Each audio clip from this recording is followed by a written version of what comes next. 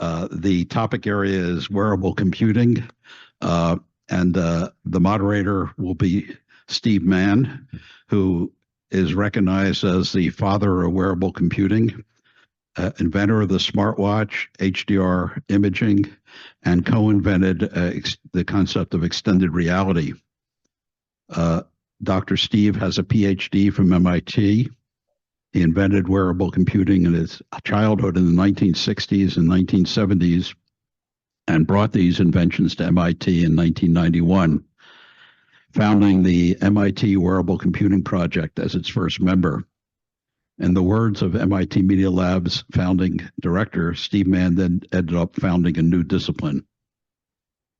Steve invented, designed, and built the world's first smartwatch in 1998, which was featured on the cover of the Linux Journal in 2000 and used to give the keynote at the International Solid State Circuits Conference in 2000. He's also the inventor of high dynamic range imaging, a founding member of the IEEE Council on Extended Intelligence, and co-founder of Interon, makers of the Muse brain sensing headband of the Meta company. And it's not on my official remarks, but I spent my life living in the Boston area, and it was not unusual to see Steve Mann walking around the campus wearing something that was a little bit more intrusive than what he's currently wearing. It involved a helmet, a backpack, and batteries, and you kind of wondered where this guy was coming from. But he has a very distinguished panel today, and I'll let him introduce his panel and start the session. So thank you, Steve. Thank you. Thank you very much. So my name is Steve Mann, and I wanna talk about this. Oh, can you get the? Oh, there it is. There's my feed. So I want to talk about some of these simple concepts. You know that. We're losing your voice. Okay. This is a guy who's more mobile than a fixed mic will handle. So here you go, Steve. I'm used to being able to move. Oh, that's perfect. That's perfect. Yeah, I'm used to being able to kind of move around a little bit. Yeah, I typed my whole thesis walking around rather than sitting. You know, just as a little handheld thing. And sitting is the new smoking, they say. And you know, I'd rather be moving around than hunched over a keyboard. So the idea I want to talk about here with this panel, we've convened a panel. I was asked to convene a panel on sort of the future of this technology. And it's more general than just wearables, because wearables is an example of technology that encapsulates us or encloses us, and technology that surrounds us. And so more generally, we could we kind of regard technology as a vessel that technology is a vessel that sort of encapsulates us and within our environment. And so you can, you know, this conceptualization of technology as an enclosure. And so that kind of gives rise to a more general framework, which I have here, you know, this idea of the three axes. So I'll kind of just briefly say what it is that we have these three atoms, bits, and genes. The blue, planet Earth is blue, represents the physical universe, and green represents technology like the oscilloscope trace green, and red represents humanity. And so I want to talk a little bit about this more general framework that was inspired by wearable technology, but really we can regard much of technology as an enclosure or an environment or a vessel that encapsulates or immerses us. And so here we have the three axes, I call them. We talk about the physical world of atoms, the environment, our surroundings, that which is around us, and it's represented by blue, earth, sustainability.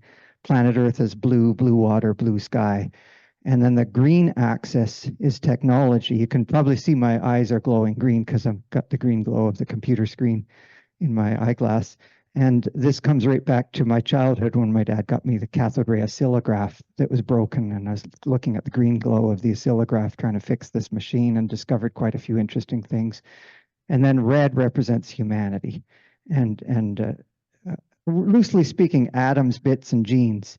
alpha, beta, and gamma, the first three letters of the Greek alphabet. And we're all red. What unites us is we're all red. All of us have red skin when backlit. Our skin colors may be different when front lit, but when backlit, our skin colors are all red. And so I've got this fun little thing I call the light bulb experiment. And it's just a little light bulb. And what I do is, and afterwards, when we're done the panel, if anyone wants a Steve Mann light bulb portrait, I'll be happy to do it next door because it's dark enough just in the room next door here. And there's some black poster boards that make a nice black ground. I call it a black ground, a black background. And this is a light bulb plugged into a little USB battery here, low voltage light bulb. LEDs are inherently low voltage anyway, so you can run it off a USB battery. And when I hold it like this in a dark room, we're all red. The hemoglobin in our blood sort of unites us. So the red axis represents humanity or society. And so we have these red, green, and blue axes that represent these three things. And you can think of it as a Venn diagram: atoms, bits, and genes, the physical, virtual, and social worlds. And they intersect at something called XR, extended reality. And we normally only see two of these intersecting. We have the world of physical computing, IoT. That's the cyan colored area here, the intersection between the green and the blue. Physical computing, Internet of Things, all of these concepts, digital twin, and that quantum computing. You know, these are all areas that I call it the cyan area, which is the blue and green area where those two intersect. And then the yellow area, in the yellow area where the genes and the bits intersect, the red and the green makes yellow. We have this metaverse, we have AI, HCI, social media, data centers, cyborg technology, you know, wearables and all those things. But what I'm trying to do is bring these together. And of course, you've got atoms and genes, that area, the blue and the red intersect to give the magenta area. And that field of research is called integral ecology. And so we've got these different areas. And so if we regard technology as a vessel, here, instead of circles for the Venn diagram, I'm showing them more as nested, if we think of them as nested. So the environment, the world around us, is this blue drop. The blue drop represents the environment. It represents the blue sky and the blue lake. And then my green paddleboard there represents the technology that encapsulates us. And then the red human inside the green board inside the blue drop represents this nesting of the technology as a vessel that we really want to say that it connects us to each other and to our environment. So wearables is an inspiration, but we can think more broadly as a vehicle, smart cars, smart cities, smart buildings. Any of these things can be regarded using this Mersivity framework that gives rise to 6 fundamental properties. If you look on the right there, there's a diagram. These blue brackets there represent the water drop or the earth.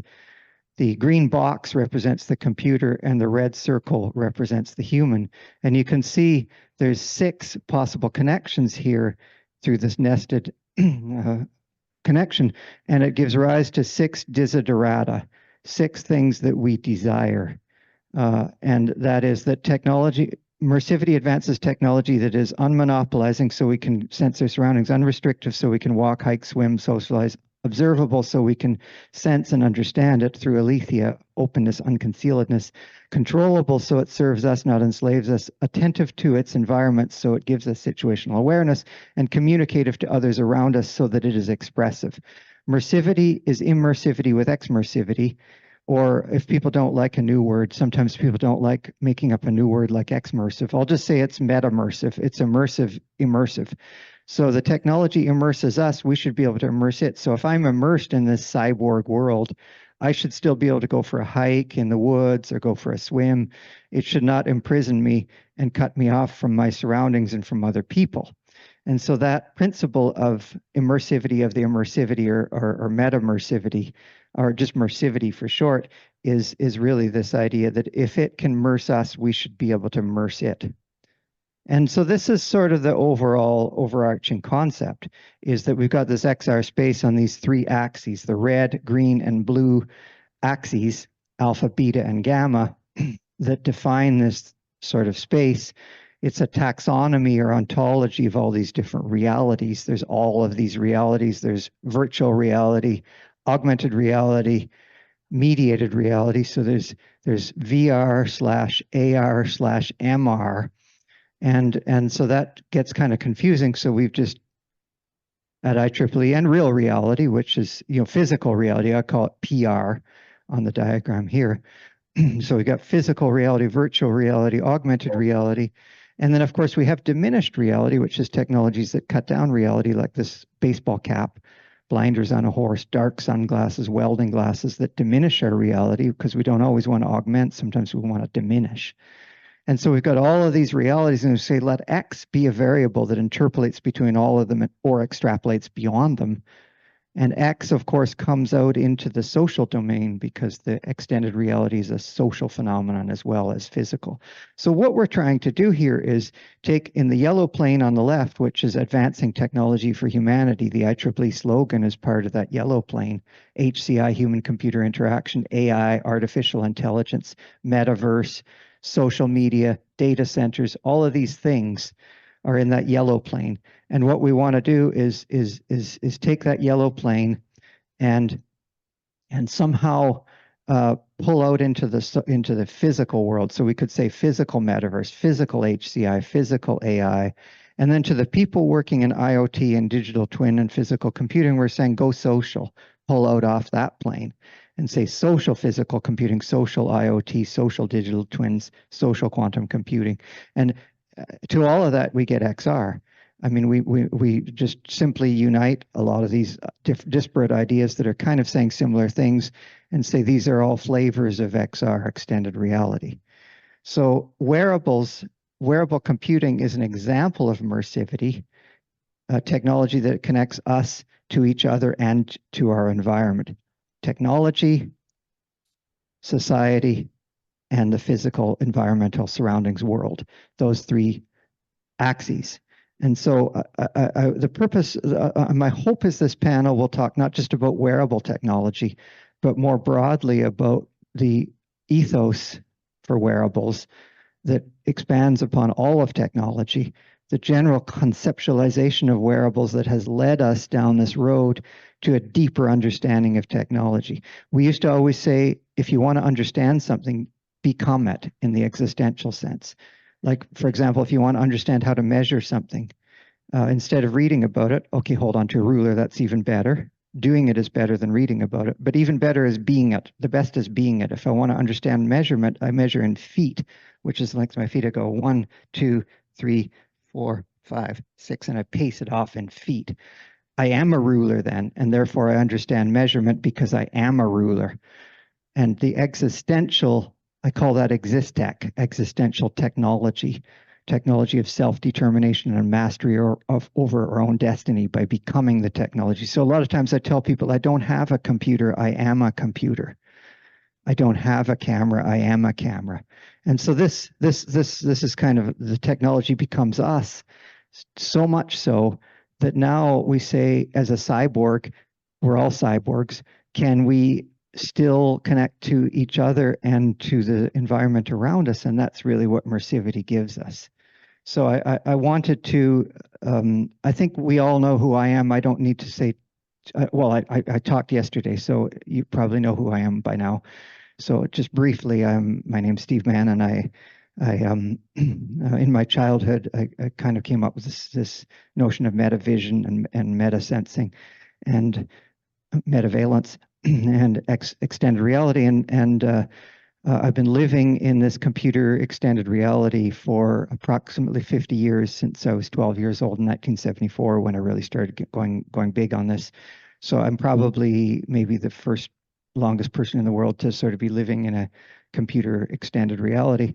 But we'll see more and more of that. But anyway, and I founded the MIT wearable project took this invention to MIT, and we had lots of fun there, and many different things. And I met lots of wonderful people, and so Bran Ferren, vice president of Disney, we hung out a lot together.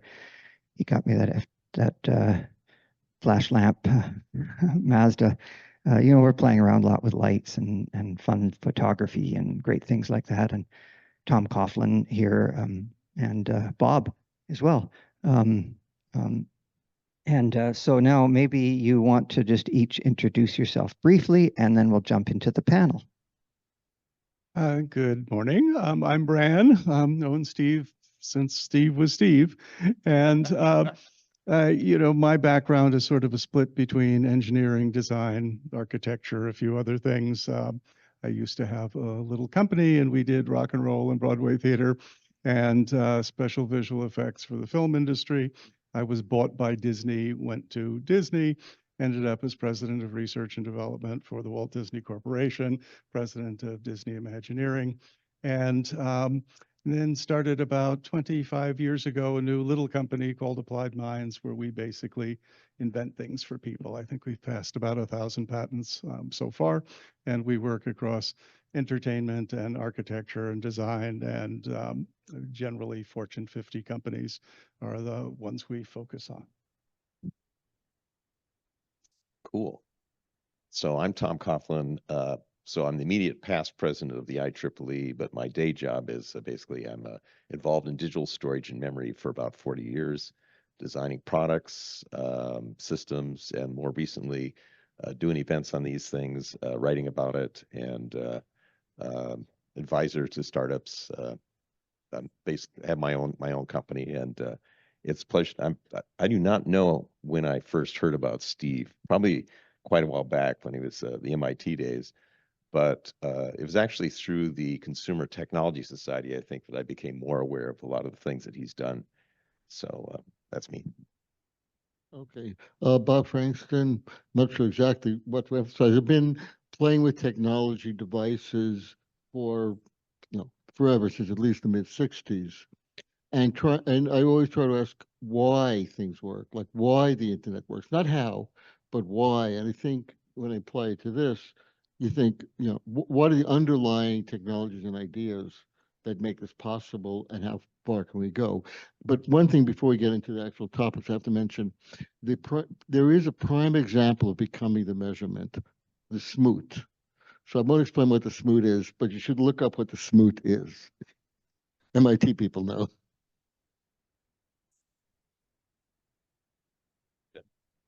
Okay, and then let's introduce Marty Cooper, who's here virtually. He's the inventor of the cell phone, and he's joining us remotely, virtually. And so put him up on the screen, I guess. You're live. Have him on the screen. Can anybody see me? Or hear me? Can you hear me? Yes, we can hear you. Hi. Well, you've introduced me. I've been in the wireless industry forever. I probably have the distinction of being the oldest person on this panel. And my real qualification for being on this panel is my very existence depends upon wearables. When I wake up in the morning, I really don't know how I feel until I ask my Oura Ring, how did I sleep and how do I feel now? And it explains to me what my existence is. If I want to communicate with somebody, it has to be through my hearing aids. If I want to watch television, the TV is delivered directly into my hearing aids.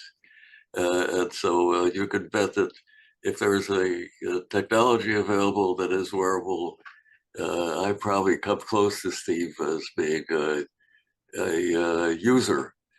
I do have some concerns about wearable technology, and the biggest one being, as an example, when I travel, the very first thing I do when I get into a hotel room is look for charging sources.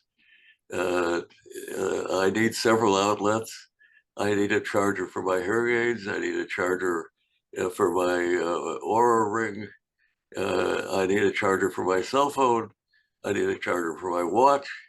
I hope that my shaver is going to be charged up.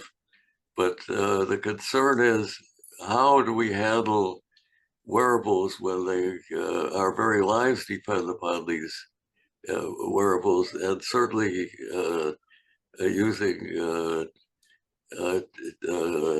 electrical conductivity doesn't make any sense because you just have too many chargers. So my prediction for the future is that at some point we will not be using wearables, we'll be using implantables, and I'd love to have your reaction to that. All right. Excellent. Okay, so yeah, who let's yeah, everybody. Marty is the inventor of the cell phone, and he's a fellow recipient of this award that I received, the Abuka Award, the IEEE Consumer Electronics Award, and he received the award in 2015, and so it's with great honor that we share space with him on this panel, as he has done wonderful things for society. What what I kind of like is that he's very much in the space of where we consider where technologies to connect us to each other and to our surroundings. All of a sudden, with the cell phone, what we don't realize, and many of us are old enough to remember the pre-cell phone era. Many of us will remember the pre-cell phone era, and so that's a wonderful time era to remember and connect to. But on the other hand, I think the cell phone has brought us a wonderful world of connectivity, because now we can not only can we reach out and touch each other, but we can also be on a phone in nature. So I can be walking. If I have to worry about catching a call, I don't have to stay home and worry about missing a call. I can go for a walk, and I can even go for a swim, because I've got, if you got the waterproof earbuds connected to a phone in your toe float. And of course, the cell phone tracks where we are and helps me not hit rocks when I go for a swim.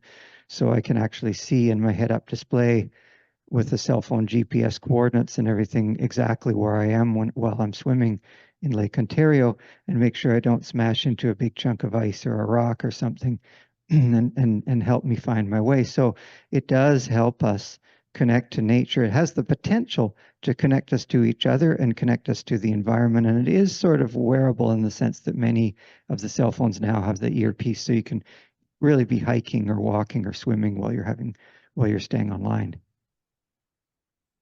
I think something Marty said actually is a good segue, again, about USB-C. Now, USB-C is a lousy networking protocol, but it has normalized power, so we have all these wall warts going away, and you can connect everything with USB-C. And this is an important aspect of factoring a problem. So if we can normalize power to electricity, that's why electric cars are exciting, not because right now it's all sustainable, but it gives us something to normalize on. In the same way, the internet demonstrates if you normalize everything to fungible packets, we can then think of a new topology of relationships without worrying about all the accidental properties of the path. But we do have to get that third party that's demanding a payment just to let you pass out of the way, which is a policy issue. I think that's also important, that this is not just about technology, it's also about economics. But we have to understand sort of the new freedom that the technology gives us by factoring the market, and make sure the economic models are consistent with that. So basically what this says is the distance between people disappears. And I think that's been the major factor. Yeah, I think that the connectivity is one thing, like just really, especially what, Bob, I think what you were saying before about everything being connected and wanting to be connected without toll gates or without turnstiles. Like, it's wonderful to be connected. And the way that Wi-Fi used to be is you used to just walk around, connect all the time, everywhere. Now everything's kind of been lawyered up. Lawyers step in and say, okay, well, we can't just have free connectivity. Let me just respond to that and then look at the time. It's not so much lawyers, it's the legacy of telecommunications, because 100 years ago, we had dumb endpoints, 2 tin cans and a string, and basically the phone company's job was to keep that string taut. We don't need any of that, so the economic model goes away. So that's not so much lawyers' things because there's paranoia. It's that the old economic model is basically orthogonally and at odds with this connectivity. Yeah, yeah. I mean, there's a whole bunch of forces at work. There's the economic model. There's also so many people doing spam, and there's all these concerns. There's a whole bunch of things tugging in the direction away from this, which is connectivity, just free open connectivity to make it zero barrier to entry. Like Bob, you often talk about the public sidewalk as an example of this. You don't need a license to go on the public sidewalk. You don't need anybody's permission to go on the public sidewalk.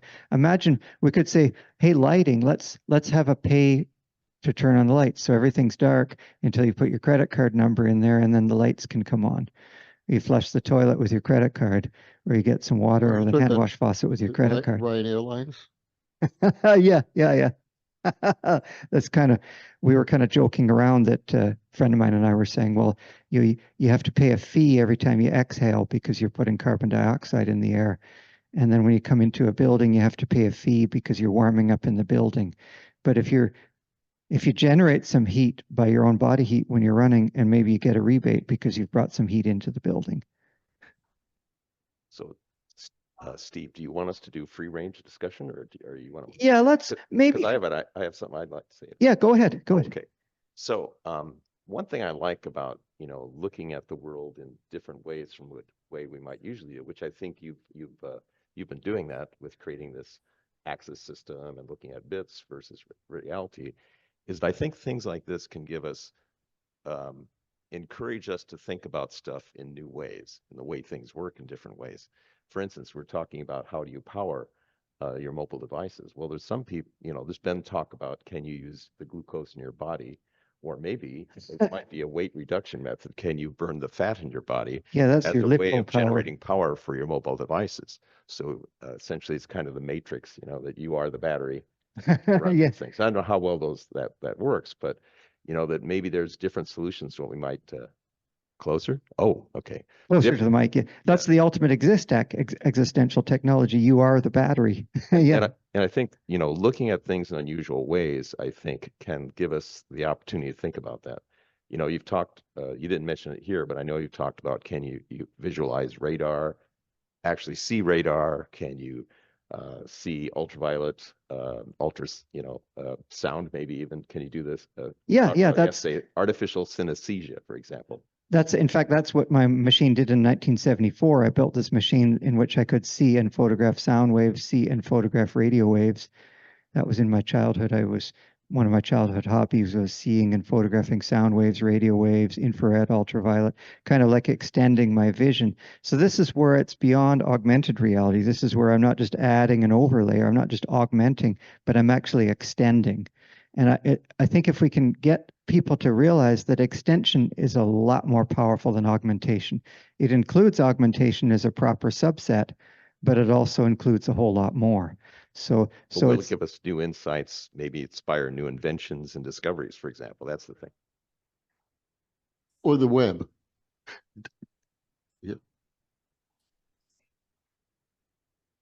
Yes. That's a really good example of. So it's changing our questions about physics. How does the world really work? But all those pictures, especially on the web, are pseudo color, so they're seeing the infrared and the radio waves. But the question is, what are we seeing? And somehow I have not gotten any reaction. Well, Charles Wyckoff originally had film that was in pseudocolor. So he invented this kind of photographic film. It was a black and white. It was a film designed for black and white photography, but it used a color emulsion. And the three bands, rather than being different color spectral sensitivities. They all had the same overall spectral sensitivity, but different sensitivities overall. One of them was 2 ISO, the most slowest layer, and the fastest layer was 600 ISO, and then somewhere in between, there's a mid-range layer.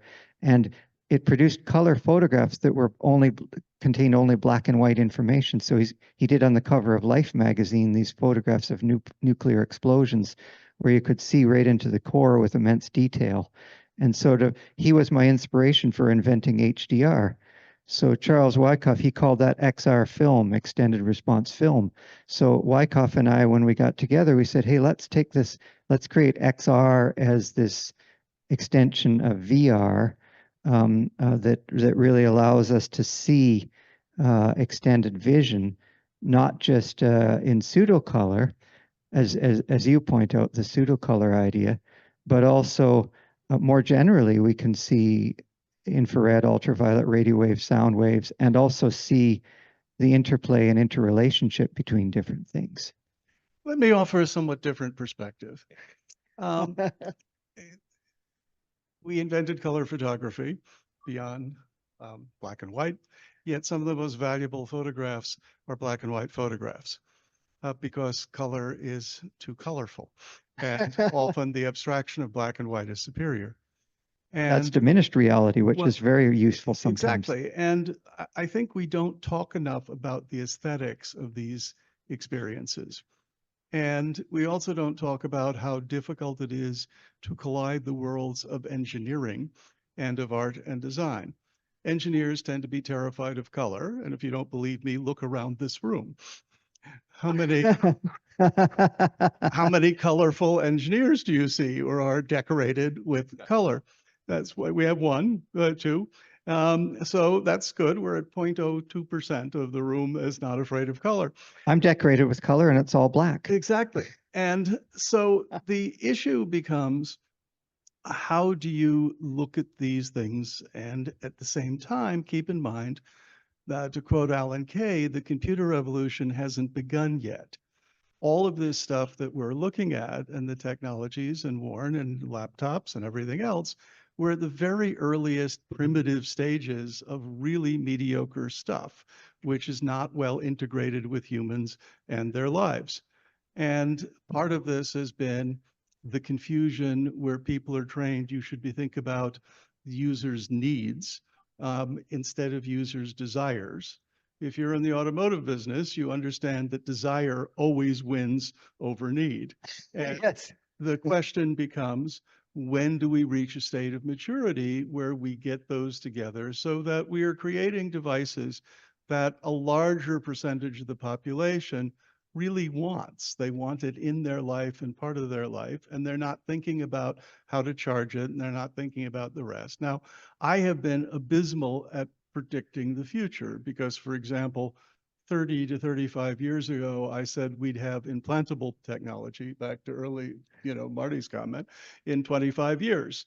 And we only have it for very selective applications, but important selective applications such as cochlear implants and such, where they are dramatically enhancing the quality of life of people. But it's just the very tip of the iceberg. Wearing a continuous glucose monitor helps the quality of life of people who are diabetic, which is half the people in this room, if you believe statistics and where we're going. So the challenge, I think, as the engineers and designers of the future is how to be more responsive to creating technologies, appliances, devices that integrate into people's lives in a way that is not just meaningful and helpful, but is something that they desire to have part of their everyday existence. And that's when you're going to start seeing a transition into, I think, more valuable contributions to the needs of society. Yeah, I think that's a really good point. There's something, a field of research I call DAST, Design, Art, Science, and Technology. And you could say DSTEM, you could put engineering and mathematics on there, but you sort of don't need to because tech covers that. But design, art, science, and technology combined as a discipline makes a lot of sense. Yeah. I think it's a little more subtle because if you look at the internet, forget it's the internet. Internet is a demo. I'm talking about fungible packet infrastructure. no consumer, as a matter of fact, nobody asked for it. It was more discovered that what we can do with this is useful. And I think there's a whole thing about creating opportunity rather than providing solutions. And if you make the opportunity actionable, then people will could satisfy their own needs. In other words, the problem, and I mentioned this yesterday about the AI panel, is people are using AI to capture and do people favors whether they like it or not. And what we need to do is give people the ability to create their own solutions. And one example is a spreadsheet. When people didn't know they were using a spreadsheet and were totally into the problem, we knew that we succeeded. Excellent. But it wasn't created specifically to solve one problem. It was just a back of the envelope. So I think we need to understand this term in engineering, factoring problems, and creating generic enabling technologies and infrastructure. I agree with you, but I think you have to, for instance, there's a difference in buildings. Most of us don't live in a cave, so we live in structures that have been designed, architecture. The internet is the equivalent of concrete. It is the infrastructural enabler, but concrete by itself doesn't give you an aesthetically beautiful building or a space you wish to be in. And so part of the challenge is how do you migrate from the core enabling technology to be able to use that in an aesthetically and human sensitive way. Yeah, just that's a good point. I wonder also if Marty has any thoughts. Marty, do you have any thoughts on this sort of concrete world that we live in? Because I think the cell phone is one of the early technologies where you could be out of the concrete, out of the building, outside the building. In fact, cell phones don't even work that well in buildings. They work great on a paddle board, or if you're in a ball walking across the surface of Lake Ontario, or something like that. I've given a number of keynotes. I gave one keynote address standing on my paddleboard, gently paddling. I gave another keynote address when I was inside of a ball, walking around on the lake. And so the cell phone allows us, in some sense, to get out of these built environments and maybe connect with nature. Marty, maybe you could say a few words about that. Well, I'd love to. I have to repeat the comment you made about the revolution just starting. I think the cell phone revolution is just on the verge of starting because the cell phone now embraces artificial intelligence. It also embraces all of the knowledge of the world in the sense that you can access all the information in the world right on your body. But I have to get back to the fundamental thing, Steve. I believe in wearables, except that wearables are not practical as long as you have batteries. And somehow or other, we have not yet solved the problem, or at least I don't think people have paid much attention to it, about here we have the human body, which is, if you think about it, an energy producer. We eat food, the food turns into energy, and can't we tap off a little of that energy to run all of our electronics so we can implement this integration of the outside world of humanity and the individual. So I think that's the first problem that has to be solved. And once you solve that problem, back to your point, Steve, about human needs, there's nobody that would reject the concept that staying alive is the most important thing people do. And I'm looking at these, I can't see your face very well, but I'm looking at the other gentleman there, and all of you have white hair and white beards, just like I do. And I have a feeling that all of you face the same problem that I do. It's fun to theorize about things, but our most important thing is staying alive. And so when I try to predict the future of implantables, because I don't want to have a wearable where I got batteries, the most important thing is to have sensors in my body that are looking at my physical well-being all the time. And when I deviate from normal, they not only notify me so that I can get cured of whatever problem it is, but maybe they actually produce the chemicals that will cure me. So that's the vision that I've got.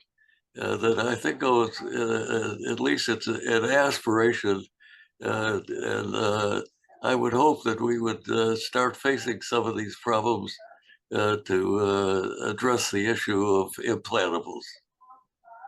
Excellent. Well said. You know, the whole notion of existential technology becoming the technology, that's a really good prime example of existec. And of course, existec is really Mersivity at the core. And so, yeah, that would be great. Stuart, Stuart, you're not on. Oh, can we get the second mic on? Yeah. Okay. Thank you. Sorry, I don't want to interrupt this discussion, but I was intrigued by Marty's opening comments on the chargers, the batteries, and then the implantables, and I thought I just might comment or add to that. I remember a Saturday Night Live skit, maybe some of you do with my age as well, where they parodied the idea of a motel, and they came up with something they called the outlet motel. Does anybody remember seeing this? This was a parody skit where every single place you went at the motel room, there was an AC outlet. There, there was one by the toilet, one by the bed, one everything else, and it just you couldn't move around without doing it. But we had a keynote session the other day on wireless power transfer, and while that was going on, where you could get yourself in close proximity to some power source and it would charge whatever it was, like your car or your cell phone, it occurred to me that having implantables like pacemakers today that we actually charge through the skin electromagnetically, we might think about a variety of things like the artificial pancreas, a variety of sensors which measure our vital signs, blood sugar, so on and so forth. And when we would lay down at night on our bed or sit in our chair in our office, those things are basically being charged through our skin. So, there may be ways to get the power in to these things that don't actually require plugging in. Well, But I'll finish one quick comment, and I'm going to shut up. Bob is going to remember in the Boston area where we both lived for a very long time. The Army has something called the Natick Soldier Research Center. And one of the things that they focused on is how do you get battery power to soldiers who are carrying around communications, navigation, and night scopes and this sort of stuff. And they have investigated all sorts of ways of using the body to actually create power. They've looked at putting piezoelectric devices in your shoes, so as you walked around, you could generate energy. They put devices that were between the knee and the leg, so as you bent your leg and you walked, it would power a dynamo. They've looked at bio batteries, where you use the body's chemistry to create electrochemical cells to put things in there. I don't think they've solved the problem, but I think Marty has raised a major issue here, because taking this Mersivity technology, and actually sticking it inside of us also means we need to power it. So. Well said. Well said. Very well said. In fact, really the key essence is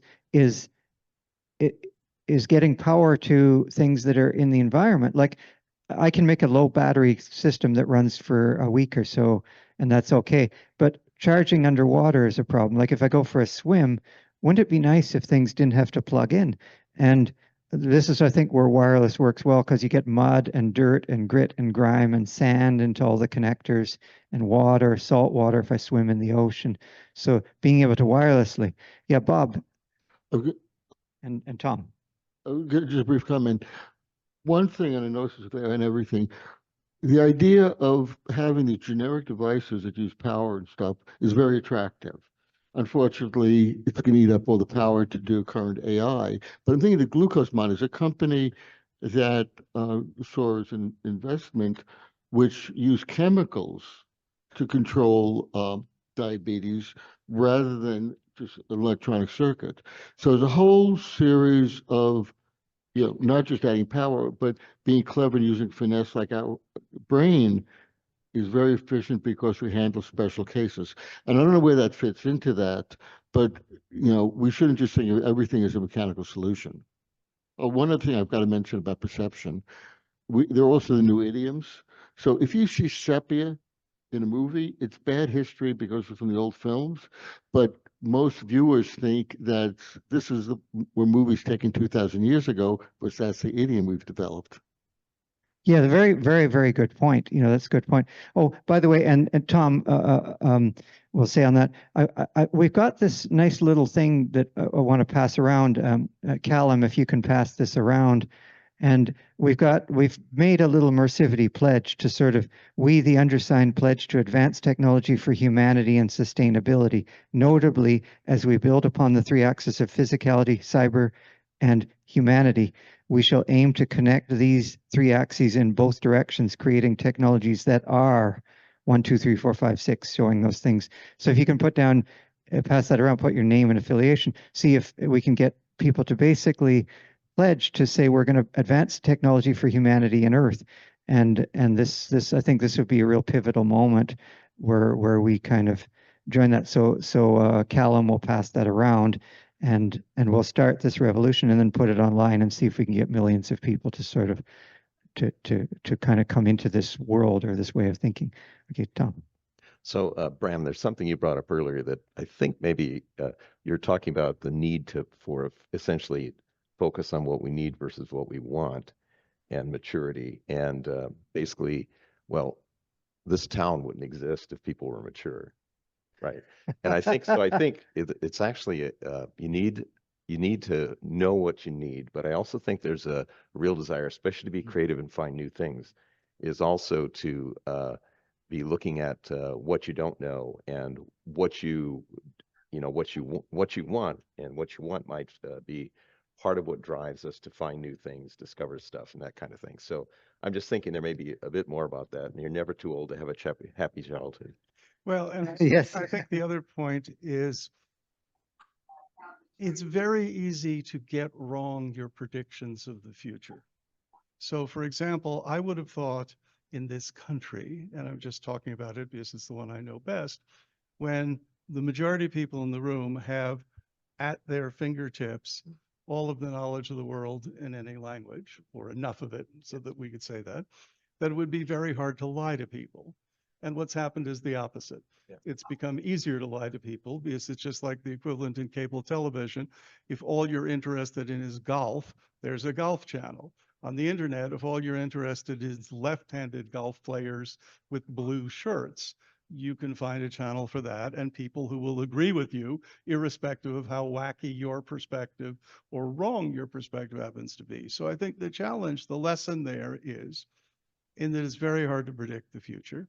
We need to develop flexible technology that can adapt as the world changes, and not just as the world changes, but as our usage and interpretation of the world changes. And I think if we can move more in that direction, so many of these other things like the power issues, I don't want to be dismissive of those at all, but that's engineering, and we will solve that. It just takes a certain period of time, and it takes a period of maturity where you get low power consumption, a whole bunch of other things to happen at the same time. And then eventually those converge and you get a solution. Right now, the amount of chemical induced body electricity you can get isn't enough to power most of the devices we want. And, you know, if you watch the history of companies, for example, how many microprocessor companies continued racing into the future that it's about more and more performance and compute power, missing cloud, and missing cloud plus ubiquitous communications, such that you don't want to compute it on your device. You want your device to be the lowest power possible, because you can have the cloud do the heavy duty lifting without having to locally expend the power to do that. And so the challenge is, where are you as an individual designer, engineer, technologist in that continuum?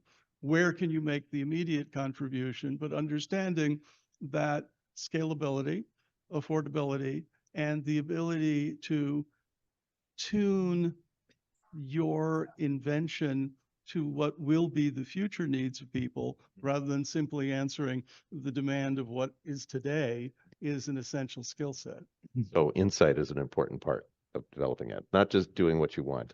And insight that is generally within and beyond your own sphere. I mean, the best advice I can give many engineers is go hug an artist and vice versa, because if you want your artistic vision to happen, you need the technology to enable it. And I think that you look at many examples of how those worlds have combined, the entertainment industry, et cetera. Now, I came from a company, the Walt Disney Company, which many of you cried when we killed Bambi's mother, and I can tell you no lives were actually lost during that event. But, how is it that an animated cartoon can make you cry? And how is it you can touch and reach people multidimensionally in ways that would not be obvious? It would not be obvious if you talked about an abstraction like animation, that first of all, without persistence of vision, that it could work. And then second of all, that it could work on an emotional level, which has nothing to do with how well you are capturing reality. Nobody looks at an animated cartoon and makes the mistake that that's real.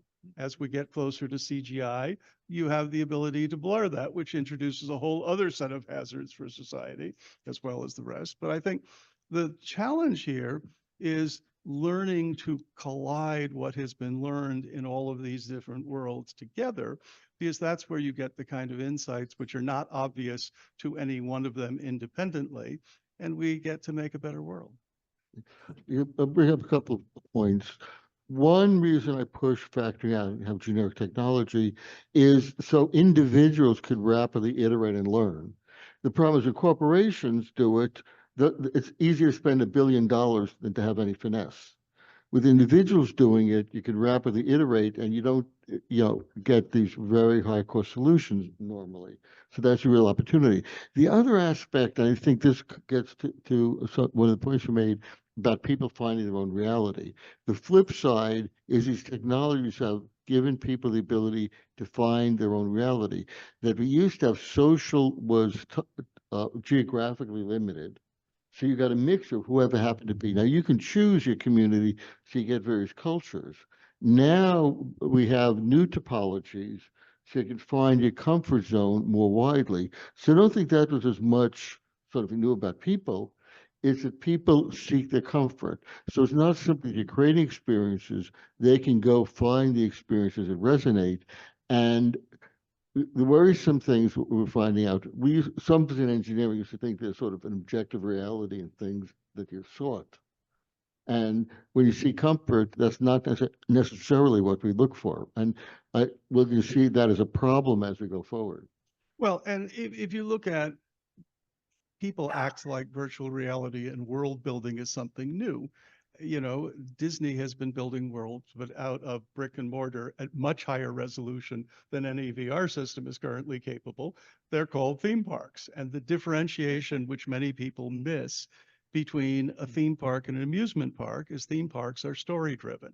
So there is always a series of underlying stories with characters you relate to, you care about, whether you've seen them in other media and such, and then they come to life in front of you.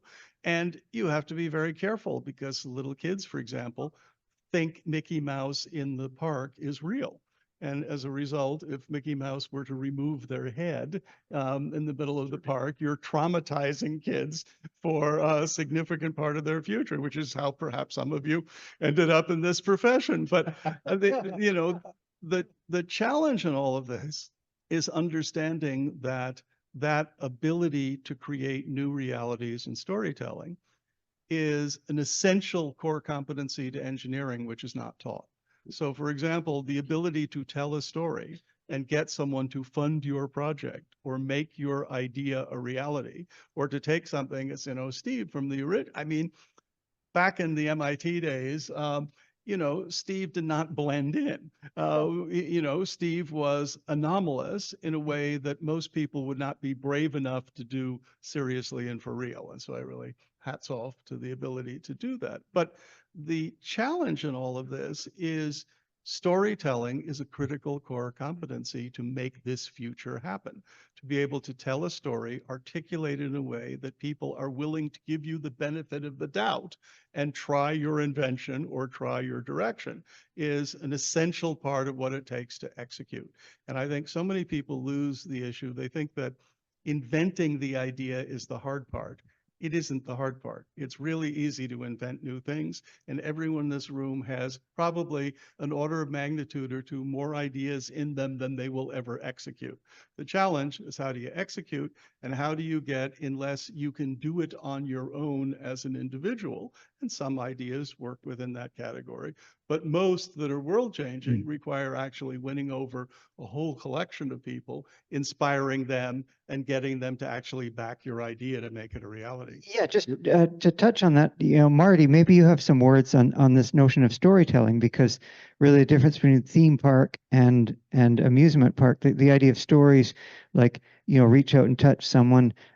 I think that the cell phone was kind of letting us tell our own stories in some sense, like the whole cell phone revolution has really changed, allowed us to become not just consumers of mainstream media, but also producers of storytelling, and write our own stories and create our own narratives. And then Bob, we'll come back to you in a second. I just wanted to get Marty's thoughts on that. Marty, maybe you want to say a few words. You bet I about do. that. My only problem is constraining myself to just a few words. But I wonder, in the context of everything everybody has said here, whether humanity is ready to embrace all of these new technologies, all this new awareness, all of the new sensitivity to everything else that's going on. Because one of the things that I've discovered is that our educational system does not teach anybody anything very useful. What they try to do is pump a lot of information into us, and yet we have access to all the information in the world. We don't need information, we need wisdom. And I think our educational system is not using the new technologies that prepare people to embrace the kinds of technologies that this panel is talking about. And one example of that I have is, that many schools are suggesting that no students should be permitted to use cell phones when they're in school. Does that make any sense to anybody? Here you have the opportunity for every student to access all the information in the world. You have the ability to teach them things in ways that have never been taught before, but we're going to take these things away because the teachers haven't learned how to accommodate them. So we've got some fundamental problems to solve before we let everybody have this wonderful new immersive technology. Well, I came up with a way of dealing with that. People before the cell phones, people were saying, "Oh, are you allowed to wear that computer?" I had people saying, "You're not allowed to wear that at school, or you're not allowed to wear that here or there." I said, "Well, I've kind of learned to see through this. This is part of me. It's a seeing aid. It helps me see. It's my own world. I've got this form that you can sign if you'd like me to take it off. What I want you to do is to agree to liability if I trip and fall and hurt myself. If I fall down the stairs, I want you to assume personal liability." So I gave them some detailed paperwork to sign for me to take it off. And so in some sense, I was able to sort of push back against that idea that you shouldn't be allowed to use this at school, for example. I think maybe we need more. We need people to say, if you take my cell phone away and there's an emergency and I can't be reached or I can't get medical help, then I want you to assume the liability of that. Yeah, but Steve, think about the fact that none of us have grown up with cell phones, as an example. And what happens when you've got a society where children use these cell phones right from the beginning of their learning ability? And will they be different people than we are? And I suggest that they will be. They'll learn how to use these tools far better than we do. And I hate to suggest that among a group of really smart people like this, but I think the new generation has the potential of being a lot smarter than we are. And they will have to be to embrace the kind of versivity, as you put it, Steve, that we are now forecasting. Yeah, I think you hit it right on. Like as a childhood cyborg myself, you know, how did that affect me? And that's kind of interesting. I think it can help us. That these technologies have great potential for massive gain or massive harm, depending on how they're used and how they're configured and the way these things work out. But simply banning them is not really the right approach. In other words, what we need to do is say, how can we utilize this technology to help people learn and see and understand and connect to the world around them? Go ahead. I think Michael. Michael, you'll have some great thoughts. Steve. Okay. I want to add to this that, what motivated things like let's cover your cell phone is the teachers or the leader's perspective of its quote misuse. I know I'm texting my girlfriend that let's go have a date tonight rather than listening to the technology that they're supposed to be learning about. Okay, but this is a stupid approach. The correct approach is to have the cell phone know what is a good thing that the person could do, and simply if you're not into that space, it simply doesn't work. The technology can do more to improve the situation rather than just restriction. And so the technology can be smarter than it currently is because it's currently too dumb. Yeah, well, certainly, like if you're learning something, you can look something up if you don't understand something. Like a lot of times, there's a big value there. It's just that they haven't gotten smart enough to say, okay, you're in this following state. These are the things that you should be able to do, and these are the things you should not. You Yeah. just though cannot actually, Stuart, you can't underestimate the ability of people to be obnoxious in the use of technology. So for example, exactly, is it necessary to have your phone on speakerphone so that everyone within a 30-foot radius of you hears your conversation and the other? So, the challenge in all of this is, how do people adapt? How does society develop norms that are either supportive or discourage obnoxious behavior? And that can go a long ways to help too. Yeah, I just want to add some personal experience here. So I live here now in Clark County. People may not know the Clark County School District, the public school district, is largest in the nation. It has improved. It was the worst in the nation. It's now the second worst. New Mexico is now beat it out. But when I moved here, I wanted to get involved in the community, and it turned out there's a tremendous teacher shortage. So all you needed was an undergraduate degree here. You didn't need an education degree. I signed up as a substitute teacher. So 2 or 3 times a month, I teach a class in the public schools, everywhere from kindergarten to high school. I've been in all the different classes. I can tell you that they did enact a cell phone ban, and it actually makes a lot of sense because the biggest problem with teaching the kids here, who are typically Title I kids, that usually have one parent or no functional parents, are that they don't have any support at home. If you give them the cell phone, they spend the entire time they're in class doing something which is not listening to the teacher or being involved. And back to your point, it'd be nice if there's policemen. They do give the kids Chromebooks. The kids all have Chromebooks. The Chromebooks are locked down. Everything that they do on it, the teacher can see at their own console. So turning off the cell phones is actually a pretty good thing. But the biggest problem in teaching a class here, and I can see why there's a second worst in the nation, is the kids are completely undisciplined. And if you can't be an entertainer as well as a teacher and give them educational kinds of things and games to do that force them to play math problems or chase things around, you can't get their attention.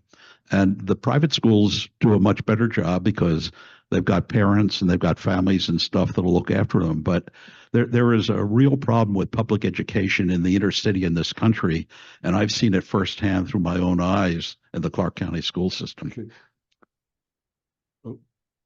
oh yeah, Nishant, you have a comment? Yeah, just a really quick one. So I'm just a master's student with Dr. Mann, but just an aside, my sister is in high school now, and they just got the ban last year of cell phones. And I'm from Alberta, so completely new. Now, from another perspective, I think I was talking to one of my high school teachers about this as well. So ChatGPT has now come up. That's another technology that's can be very helpful, but can also be very harmful. I think the biggest thing out of all of it is just like the utilization of the technology is the most important aspect of it. Because I think if you, like we talk about fundamentals in 516 all the time about how is machine learning done? Are you an operator of machine learning or are you a developer of machine learning? And that's where it's starting to become is now people are starting to have this broad understanding of everything rather than, okay, what is the fundamental aspect of how I'm developing this? And then the knowledge basis kind of changes, just from my perspective, at least. A comment. Seymour Papert was a big influence on me on a lot of this, and on others too. And he'd look at like how do children learn? What are the concepts? Like Piaget, how do you build up the conceptual model? And one of his points is that the teacher needs to be a salesperson, needs to motivate people to learn. And that's obviously much more difficult to do than I say. But I think part of the problem is society is changing much more rapidly than our institutions. And we have these wonderful platforms. We went through this when spreadsheets first came to schools. How we do math if it becomes too easy to do the arithmetic? How to teach the concepts? And the other thing to remember, one good example is the term cell phone. It's a general purpose portable computing device which happens to run some apps that can communicate and connect on our behalf. But it's not a cell phone anymore. It can go over IP, it can go over everything. It's just we tend to use these legacy terms and their semantic baggage. The other thing I should say is when you say engineers should learn to tell stories, remember storytelling came first. Engineering is more the recent invention. You could argue storytelling is the world's oldest profession, contrary to what they tell you here. Indeed. A lot. I think that was well said. The problem with our teaching is not the cell phone. It's the fact that the teacher, if somebody is texting with their girlfriend, obviously the teacher is not keeping their interest alive. It's the teacher's responsibility is to make the kids enjoy education more than texting their friends. So I think we've got not a cell phone problem, but a teaching problem. Well, and the fact is storytelling is also a core competency to the great teachers. If you think of any teacher that inspired you, it was the one who set a little fire going inside you that probably took you to your present career. Exactly. Inspired you. And you look a little like Seymour, come to think of it. You look a little like Seymour, so that's the next. It can pair the thing. But, you know, the challenge in this is there will never be enough great teachers. Period. It's just, you know, it won't scale. And so the question is, how do we use technology to augment teachers, not replace them, but the equivalent of power steering for teachers so that one great teacher can reach and inspire and be able to help a larger community. And I think we are very primitive in how computers are being used in schools. Storytelling is a great technology for getting people's attention and inspire them. It's not a great technology to teach math, for example.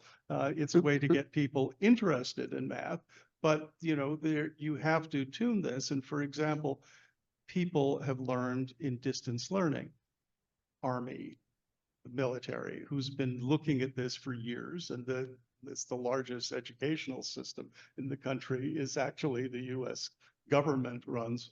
And so the challenge is, what works well and what doesn't. And people learned a long time ago that a one-size-fits-all approach to distance learning doesn't work. And some things you want people face-to-face and in contact and part of the community. Companies have painfully learned that over COVID, where the idea is, well, everybody work at home, people rubbing their hands, unless you happen to own commercial real estate, gee, we can get rid of 3/4 of the offices, et cetera, until they realize that a whole bunch of companies don't work as well when people are not there. And for example, it's one thing if you have a close-knit team that's worked together for a long time, you can split them up and they keep working.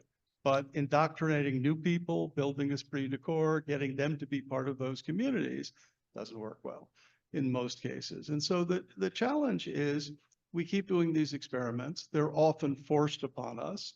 Cell phones were not requested by teachers in schools. They happened, and then they had to react to them. Most people did not request COVID. It happened, and we as a world reacted to it. And as each of these new technologies are introduced, they will have upside and positive contributions as well as negative contributions. And it's the obligation of we, the people who bring these things into our world, to pay attention and be able to tune it and react to it and make the sorts of accommodations once reality hits your invention. The interpretation of it always changes. And the key is, how do you pay attention and how do you tune them so that the upsides win rather than the downsides? Well, to touch on your earlier point. Steve, there's a comment over here. Over here. Hi, just thinking about the evolution of technology and how it affects learning in the next generation.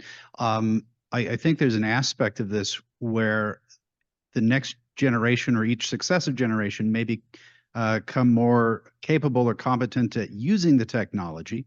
But as technology becomes more ubiquitous and more ambient, I think they're also further removed from the underlying command and design of the technology. So, for example, if you think about the evolution of vehicles, drivers of today, young drivers, are probably on balance much better than drivers of 100 years ago.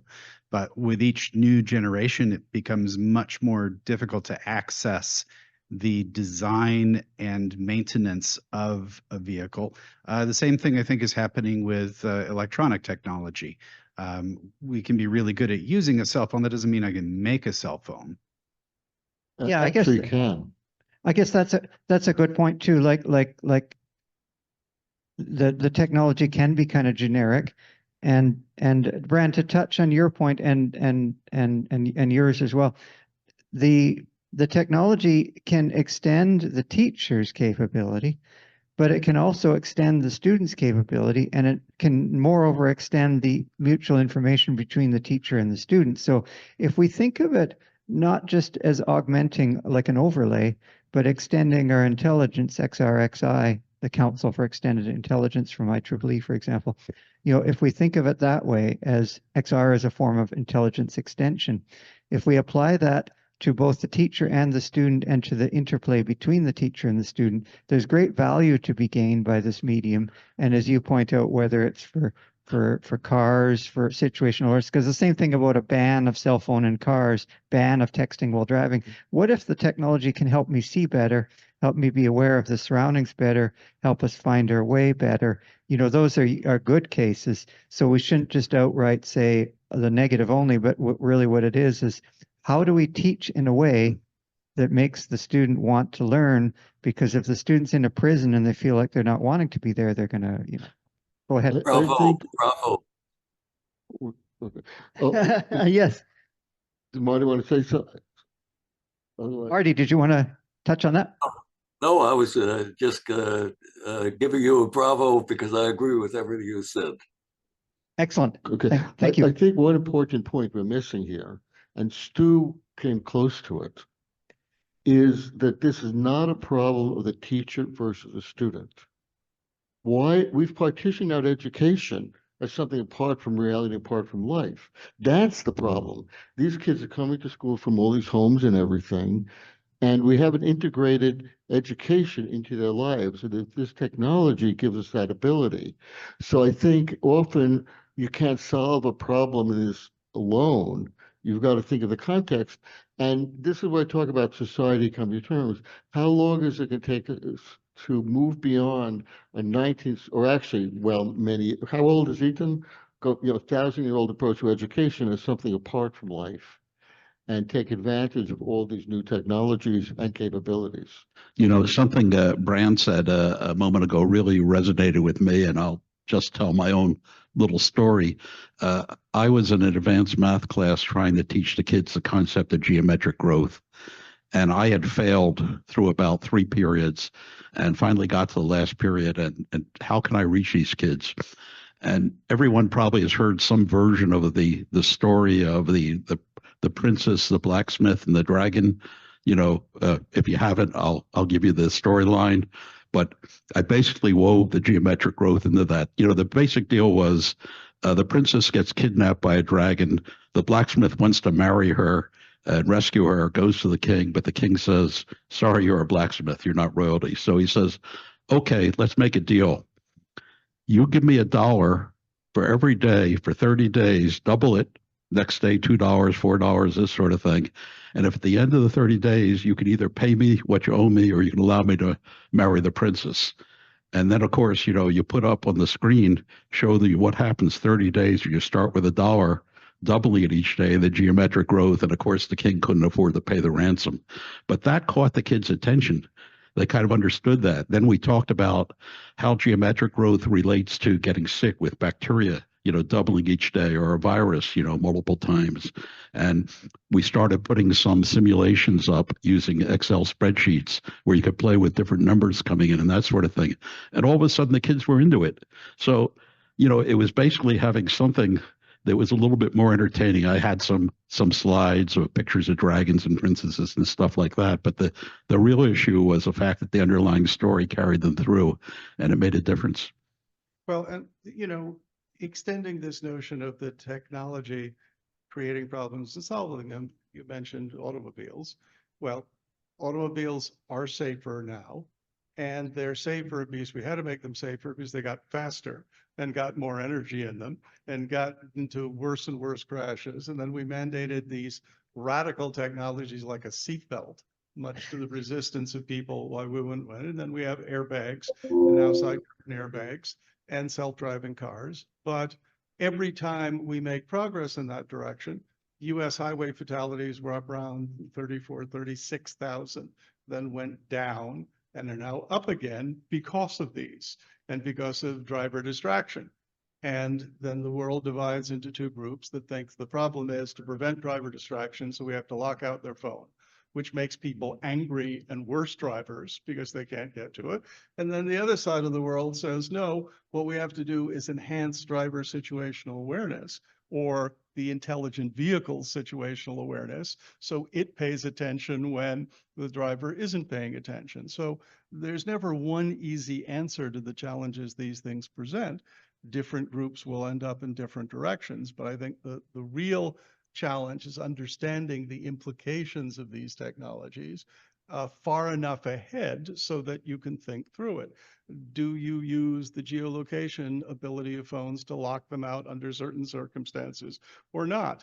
One set of arguments say yes. So for example, if you're working at a company and the company has a no cell phone policy, don't have a no cell phone policy, just make the cell phone lock out so that they can still be productive. You take kids today who have grown up on these, and it is a significant part of their IQ. And if you simply put them in an environment where you take away their phones, you're diminishing their IQ and their ability to socially interact with others, which is a valuable part of how they live as productive members of society. Balance that against the fact that the little part of your brain that understands the consequences of your actions doesn't fully develop until you're about 25, which is why insuring kids is quite expensive. And so the challenge in all of this is, how do you take an n-dimensional decision space like the ones we're talking about and navigate it? And the answer is as best as you can, but keep paying attention. Yes. Tom, you had some.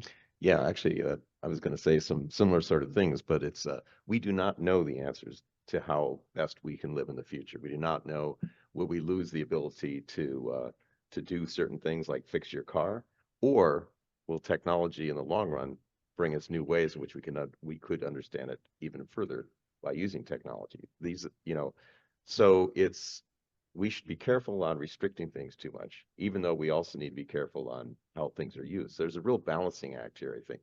Yeah, and I think a lot of it is, I used to say that I'm taming the monster of technology with a piece of itself. I used to sometimes call myself a cyborg Luddite. I'm sort of against technology, all these computers that don't work, but by the way, I am a computer as well. And it's sort of like how do we tame this monster?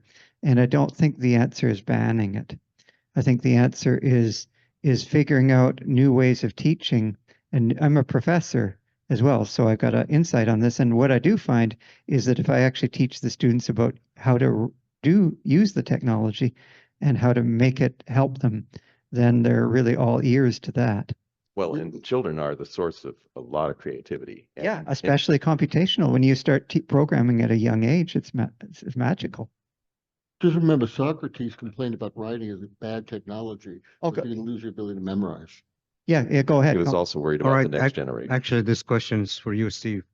I attended a seminar a few years ago, and they talk a lot about all the equipment that you wear and that generate all types of emissions of electrons and the harmful effect this would have on your body and your brain. So have you taken any measure to? Yeah. So I know from my own childhood how to build wireless communication. So I made a Faraday cage around my head. It wasn't a tinfoil hat, but it was a copper mesh hat, and I had the antenna on top there so that it didn't radiate. There's certain parts of the human anatomy that don't like electromagnetics, like the eyes. And for men, there's certain area you don't want to clip the transmitter down around your belt. And so I thought the best area to transmit from is, obviously the head, because it's nice and high and with the shielding and everything. And so that was kind of an early exploration in this sort of thing, and constant connectivity, constant radio transmitters and receivers. And so I think there's a lot of things, but it's funny because people are not learning some of these lessons on how to build systems that operate well. I think those are really good concerns and things that I remember exploring from 50 years ago. So warning that not everyone can do the same thing that you're doing today. Well, I think we're all connected now. I think people are walking around with these phones all the time now, and the phone is at the two worst areas of the human anatomy for exposure. Like when you hold it against your face, it's right against your eyes, and when you drop it in your pocket, for men, it's right against an area of the body that doesn't want to see heat either. So maybe really got to think about that, and how do we put the phone somewhere that makes sense. And maybe we all need tinfoil hats with a little antenna sticking out, copper mesh hats, I guess. Steve, the phone of the future has got to be distributed on the human body. It can't be a device that you have, as you point out, to hold up to your ear with your elbow stuck in the air. So we kind of got off the subject of wearables. But one of the things that's got to happen is that the cell phone has got to be integrated into the human body and powered by the human body. And I would hope that we get everybody on this panel to agree with that. What do you think, fellows? Yeah. I think, well, either powered by the human body or certainly lower power. Like I would say, one thing I would do is try and reduce the power consumption significantly so that it's efficient operation, so we don't need as much power. And certainly human power does make sense, because if I'm going for a swim, for example, can it draw a little bit of the current if I'm running or swimming, the movement, and that there's lots of ways to get it to draw off of human power. That does make a lot of sense. And certainly I don't want a bunch of connectors that are going to get full of sand and salt water. But Let me push back just a bit, Marty, because on one level, I agree with you that implants are a significant future, as are human powered or any other form. At the same time, I wear a mechanical watch because I like a mechanical watch. It ticks. It sort of looks nice. It does a set of things that my cell phone doesn't. It doesn't tell time as well as my cell phone does. But I don't necessarily care about nanosecond precision when it's lunchtime. So part of the key is, I think, choice. And how do you provide the ability to enable people for the things they need, desire, wish to do, need to do, and do it in a way that's most appropriate to that particular user. For the same reason we don't all wear one uniform, for the same reason we don't all live in one standard house. I think the notion of what goes in you versus what's on you versus what's alongside you versus what observes you remotely are all non-single answer domains. Yeah, okay, just one other note is my head-up display is telling me like we're at the 5-minute mark, and also our team here. So See, if you had a watch, you wouldn't have been distracted by that. no, I'd have to look at the watch, but now Exactly. I can't ignore time because it's right in my face. And anyway, so we should summarize now in the next 5 minutes. And maybe, Bob, you have something to say Well, in just that very- light, very maybe quick- summarize. Very quick comment. You would not implant a cell phone. What you would do is you implant capabilities. So the ability to connect and communicate a separate compute. So you rethink the form factors. The cell phone is an accidental mixture. The other thing, just thought of reduced power, asymmetric radio. Why do you need the power radio with you when the power radio can be in the base station and you can reduce the power you need? Yeah, certainly repeaters are very valuable in that Well, sense. everything's a repeater. That's the internet. Yeah. So Tom. the thing I was going to say is you can also have to think about manufacturability and the cost of things. And so can you make something either bespoke or this distributed in various parts of your body that you can manufacture at low cost? It's upgradable, you can fix it, things of that sort, versus making something like this. Those are some of the considerations to think about. So can you make bespoke manufacturable at low cost? That kind of is, I think that would be if you want to get things that are really tailored to people, is Yeah. there a solution to that problem? Certainly eyeglasses are best custom fit. Oh, on the AV side, can we get the slide up on the screen? Just we'll summarize and see how we connect up to the conceptualization here. So there's I just want to summarize. So now we kind of want to summarize. I think bespoke is one thing. That's really important. Customization for anything that's custom fitted, because eyeglasses are a real pain when they don't fit well, and so are clothes. Yeah, smart underwear, smart clothes, smart shoes, smart eyeglasses, they all got to fit properly. So they definitely have to be bespoke. And from a fashion point of view, it's got to suit your personality and everything. But you have to be aware of the time when your underwear is smarter than you are. I think in the whole scheme of things, I concur with the vast majority of these points, but I think the community here should embrace storytelling as a way to be more impactful.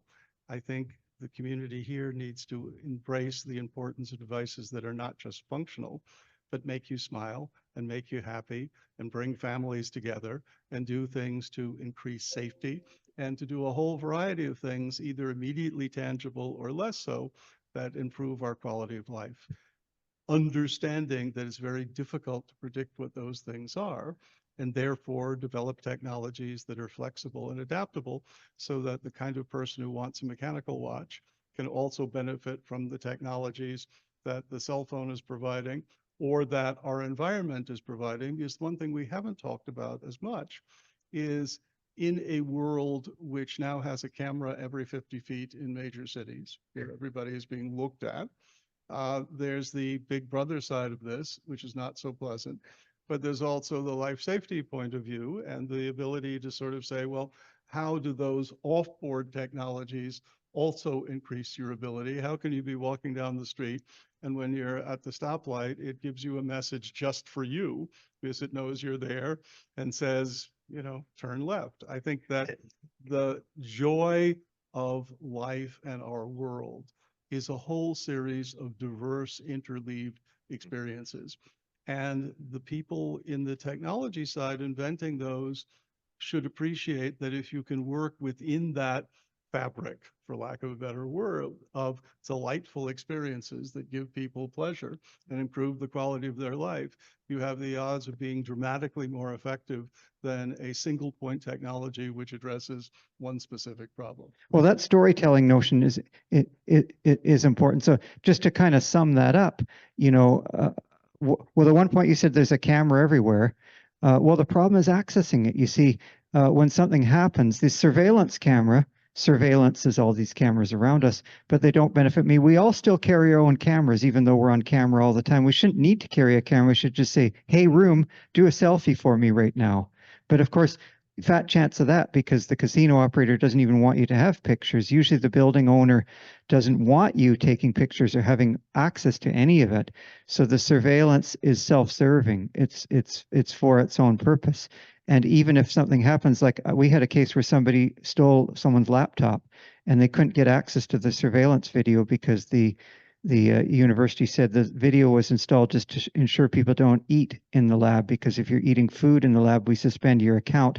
And that was the purpose it was put in. We can't help you find your laptop because basically we don't want to help you.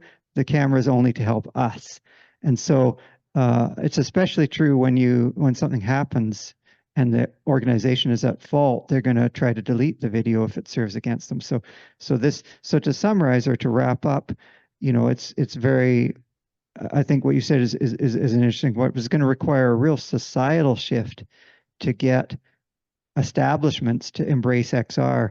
And the best way to embrace XR is to wear it or to carry it or to have it yourself, because then you can just do it without asking permission. To try to get a large organization to say, hey, change your ways of thinking. It's been very slow, but overnight, instantly, we can change our ways of thinking and being and embrace wearables and XR. So just to summarize, I think to wrap everything up, I think it's been a very interesting discussion. I want to thank everybody for being here. I want to thank Marty for joining us online, and I want to thank the three of you for coming here, and I want to thank everybody in the room. Sign up. We're passing this thing around if we want to get people to sort of join this petition to develop technologies that connect us to each other and to our environment. Advancing technology for humanity and Earth, or advancing technology for people and planet. Technology, people, planet, those three things. So if you're in favor of that and in a way that connects us to each other and our surroundings, please join us in this revolution. I'll do light bulb portraits next door for anybody who wants to be caught red-handed with a white light bulb. Caught red-handed in Las Vegas with a light bulb moment. Steve, Yeah. thank you very much for doing an excellent runner of this panel. You did a great job. Thank you, Marty. Thank you, everybody. Let's thank Steve and the panel.